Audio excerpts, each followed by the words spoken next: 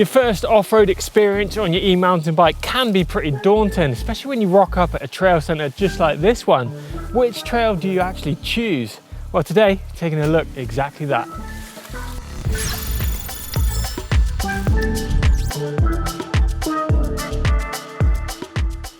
You can, of course, ride your e-mountain bike on the road. You're going to go further, you're going to go faster, and it's going to take the sting out of some of those nastiest of climbs.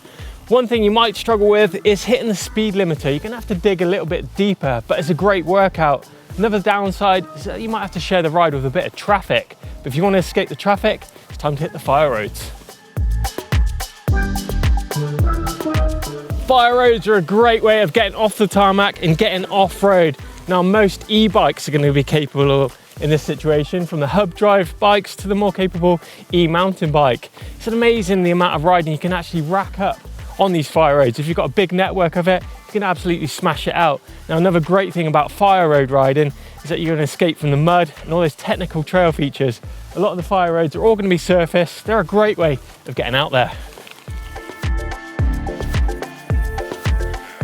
There are, of course, natural trails all over the world that we all ride on our e-mountain bikes. However, if you come to a trail centre like we are today, the Forest of Dean, there are going to be trails all over the place. Now, these are going to be graded from the absolute beginner up to the professional rider.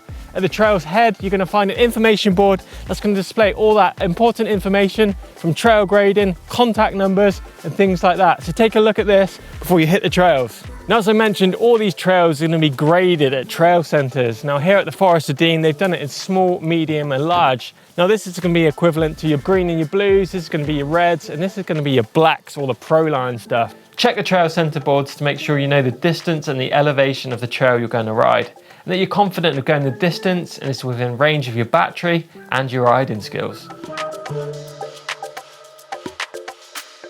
Most trail centres are going to have a family cycle trail. Now, these are great. They're going to be mapped and waymarked the whole way around, so you're not going to get lost. They're going to be fully surfaced. There's going to be no technical trail features, nice and wide. They're great fun for everyone, including you, your missus and the kids. And don't forget, if you are riding an e-bike, you can either bring a tow rope for those less fortunate to give them a tug up any of the hills. It's a great introduction for everyone in your family to the amazing off-road sport of e-mountain biking. So this is a blue or a green trail. It is a great way of cutting your teeth into those first off-road experiences. The great thing about the blue and the green trail is that it's going to be surfaced the whole way down, making it very predictable, and you're not going to get covered in mud. Some features you might encounter are going to be rollers and just nice wide flowing trails. That means you're going to increase your confidence every time you hit it. Blue and green trails will not feature steep technical sections of trails, so it can be tackled on any sort of e-bike. So this is a typical red run, or a medium trail as they call it here in the Forest of Dean. Now, these trails are still going to be surface, but you will find the odd feature on there such as rocks and roots, getting a little bit more natural, and it can catch you out, so just look out for that. But these runs, they're going to have rollable features on there, but they can get your wheels off the ground if you so wish. Hitting features such as this roller, you can roll over it nicely with wheels on the ground. If you come in with a bit more speed and a little bit more effort, you can jump off it, therefore increasing your confidence, ready for the black run after. You can ride most types of e-bikes on red routes, however mid-drive bikes will be best suited to this style of terrain. So black runs such as this one are going to feature massive obstacles such as this big drop here. You're going to find some big unavoidable jumps as well. You're going to find technical features alongside it, steep chutes, rocks, roots, you name it, all that nastiness is going to be on a black trail. You're going to need a serious skill set. You're going to have to make sure your e-bike is up to the job because it's going to get absolute hammering on the way down this type of trail. It's not just about going down on these black trails, it's about getting back up to the top. Now, on a black trail, the climbs are going to be absolutely littered with nastiness such as these slippy roots. You're going to have rocks. It's meaning you're going to have some decent tires on your bike and some serious technique to climbing to get you back up to the top.